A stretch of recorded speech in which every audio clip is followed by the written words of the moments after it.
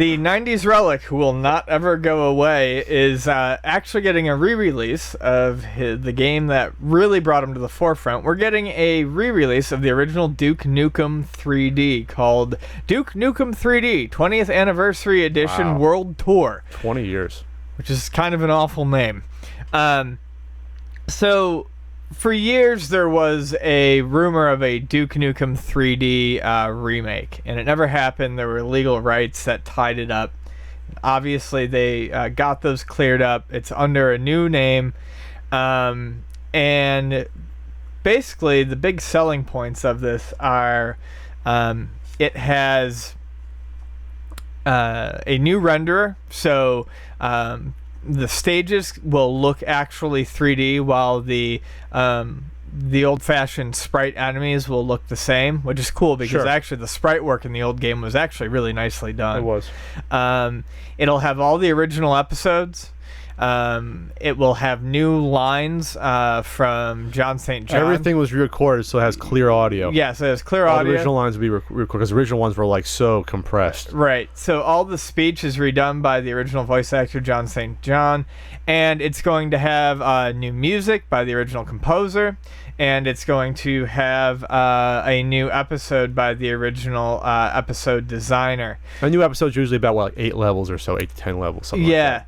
So that's really awesome, and I don't know. I mean, as big of a disaster, and as much as some of what the hell was that abomination called? Fucking abortion. Forever? Duke Nukem Forever. Yeah, it came out like 5 years ago already. Yeah, this is actually something that I would play, because the original Duke Nukem 3D, as much as even at the time I was like, the recycled movie lines and shit were kind of annoying to me, the game itself was very good. It's extremely fun. It's extremely... It's over the top, obviously, but that's the point. It was fun, and it was a good multiplayer game. I played it multiplayer online with the jetpacks. The shrink ray's always fun. It's just...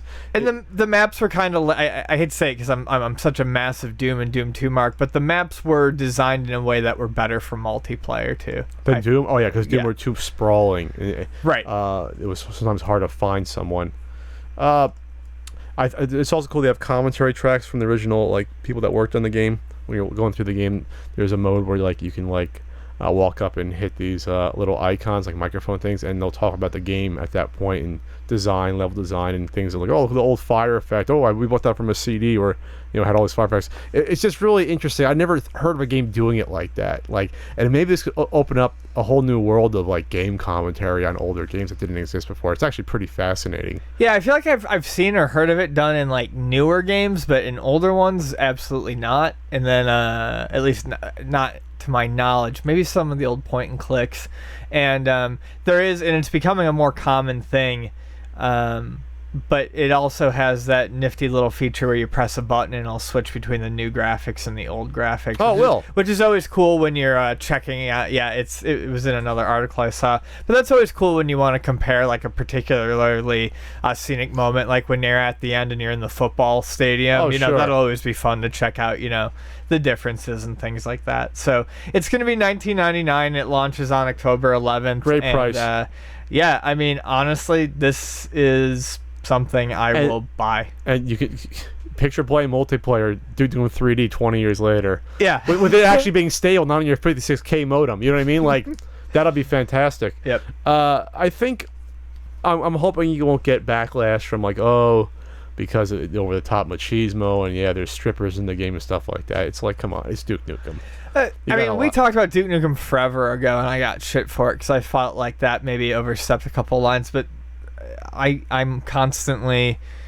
I'm malleable in my points of view, and I think Duke Nukem 3D rode that line just fine, the original one. I mean, I think it was obvious what it was going for. It was an 80s action movie released in the 90s. The trailer's funny because it's Duke running for president. It's healthcare for everyone, aggressive alien invasion policies, progressive thinking. It's actually pretty intelligent, this strong diplomatic negotiations because he's shooting aliens and stuff. Well, and because I'm eternally a child, I just like the end because it was my favorite thing when I discovered it, when you open up one of the bathroom doors and you see the alien taking a shit. Oh, that's right.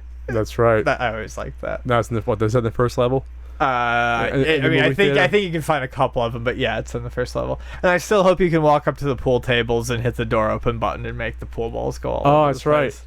And then I remember they had the original Duke Nukem games in the arcade. Yeah. Like the 2D ones. Those were really, really good, too. Remember, those were originally Duke Nukem 3D was the third game in the series. Yeah. You had two side-scrolling ones there, and they changed the name from Duke Nukem with a U to an E. Yep. They changed it back to it. They're also adding in a new weapon.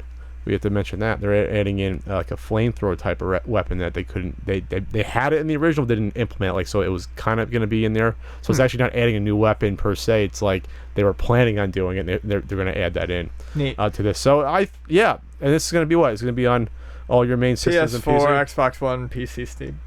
No Xbox 360. I think the 360 and all that shit are done. Just chuck them away. Build a pyramid of them. Vote for Duke on October 11th. There's our advertisement of the day. Was this an advertisement? We can talk about whatever the fuck we want. It's our podcast.